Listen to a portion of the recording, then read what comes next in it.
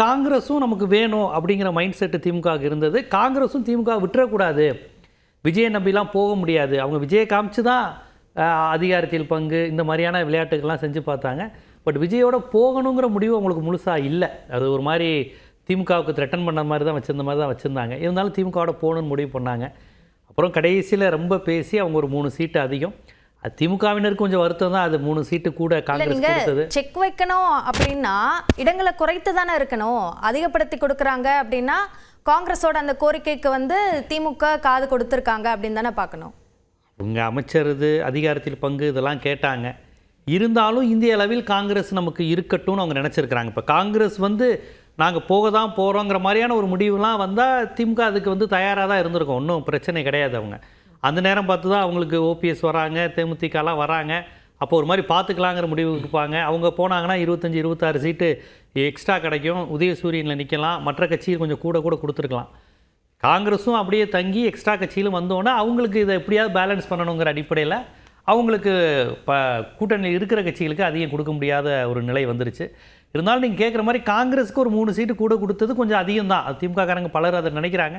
சரி விடுங்க, இது ஒரு வியூகமாக இருக்கட்டும், காங்கிரஸ் ஏதோ ஒரு போராடி கடைசியில் அவங்க ஒரு 3 சீட் வாங்கிட்டா தான் இருக்கட்டும் அப்படிங்கிற மாதிரியான சூழலை தான் பார்க்குறாங்க. அழுத்தம் கொடுத்த காங்கிரஸ்க்கு கூடுதல் இடங்கள் கொடுத்துருக்காங்க.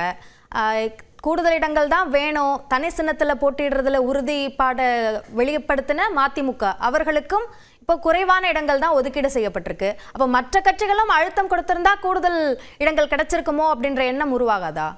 இல்லை, அப்படி இல்லை. இது ஒரு இந்த விளையாட்டை வந்து நம்ம தேர்தல் நேர விளையாட்டை வந்து நம்ம அப்படியே இப்படி கொடுத்துருந்தா அப்படி வந்திருக்குமோ அந்த மாதிரிலாம் அவங்க பார்த்துருக்க மாட்டாங்க.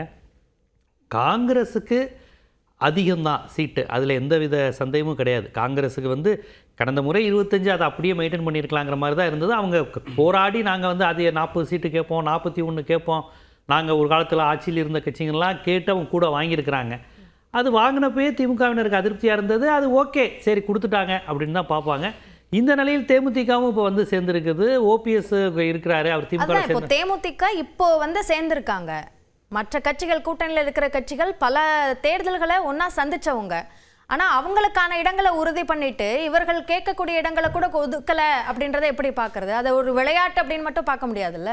இல்லை, விளையாட்டுன்னா நான் விளையாட்டுங்கிற கான்செப்டில் சொல்லலை, இந்த கடைசி நேரம் பவர் பாலிடிக்ஸ் கேம்ங்கிற அந்த கான்செப்டில் சொன்னேன். அவங்க இதை எப்படி பார்ப்பாங்கன்னா, இன்னைக்கு கூட்டணி கட்சியில் நீங்கள் நிற்கிற இடமெல்லாம் வெற்றி பெறுவதற்கான வாய்ப்பு இருக்குங்கிற அந்த அர்த்தமெட்டிக்கில் போவாங்க. இப்போ உங்களுக்கு வந்து நீங்கள் 2 சீட்டு கூட வாங்கி கடந்த முறையோட 3 சீட்டு குறையாக வாங்குறத விட வெற்றிக்கான வாய்ப்பு கண்டிப்பாக அதிகரிக்க போகுது. இப்போ விசிகா நிற்கிற எல்லா தொகுதியிலையும் தேமுதிகவுக்கான ஓட்டும் சேர்ந்து விழப்போகுது.